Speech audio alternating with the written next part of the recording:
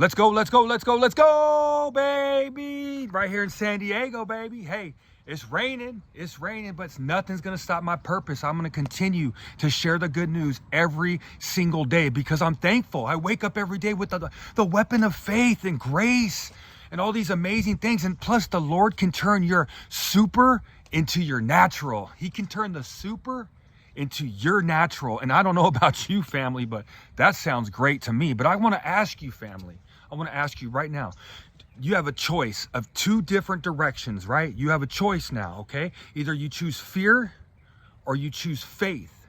Now, fear is false evidence appearing real. Faith allows you to trust the unseen. The common denominator in both these is the belief of a future experience, the belief of something that's going to happen in the future. If you continue to put fear ahead of your life, you're going to continue to future trip, continue to have anxiety, stress. You're going to be crippled. It's crippling. Fear is crippling. You will try to avoid situations to be able to avoid the fear, and it's not going to help you at all. You have to, boom, break through with faith, and then you come out stronger on the other side. Back when I played pro baseball, I didn't walk with God, family. I didn't walk with God. So I continued to future trip all the time. I worried about that destination in the future, and it was constantly crippling with fear to where I eventually went to the drugs and alcohol to be able to numb myself from the situations. I numbed myself to where actually when I got onto Adderall, I can say this, I was numb most of the experience, and I was just going out there and pitching, and I was throwing strikes and I was attacking the zone, but I was constantly losing weight. I was unhealthy, and my fastball went from 93 to 85, and ain't nobody want a 6'4", 180-pound throwing 85-mile-an-hour right-hander. You know what I'm saying? Those boys are out the game real quick, especially one that doesn't spot up and change speeds and all that. I didn't reinvent myself. So anyways, since I got sober, since I got clean, I've been able to choose the road of faith.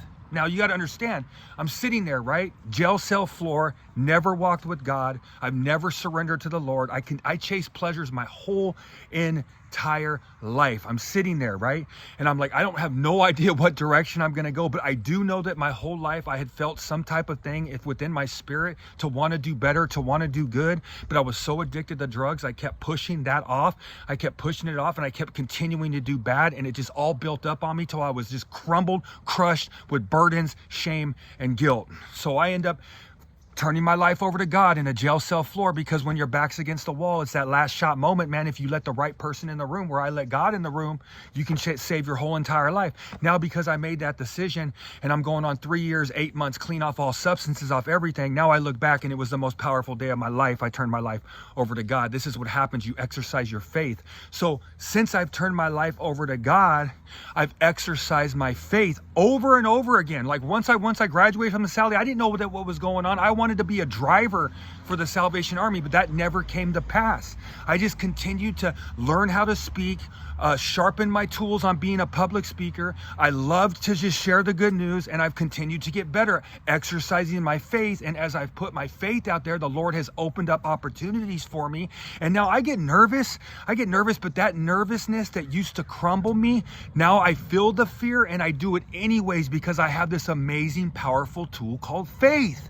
Faith is what makes a fool of what makes sense. Faith is what lets you trust a mystery. Faith is what frees up everything. Faith is what can move a mountain. Faith, it's so powerful.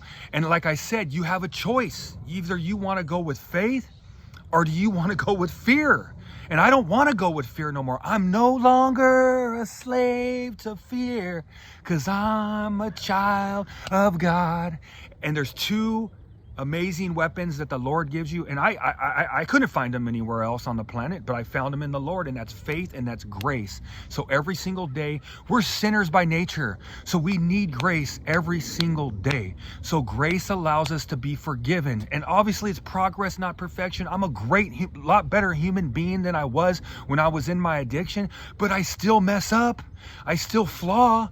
but I'm walking closer to the Lord. Once I let the Lord in my heart, it's hard to go back to that old life because now I've been shown the truth. It would be hard for me to wake up and live my life like I did in my addiction now because I know the truth. It would be crippling for me.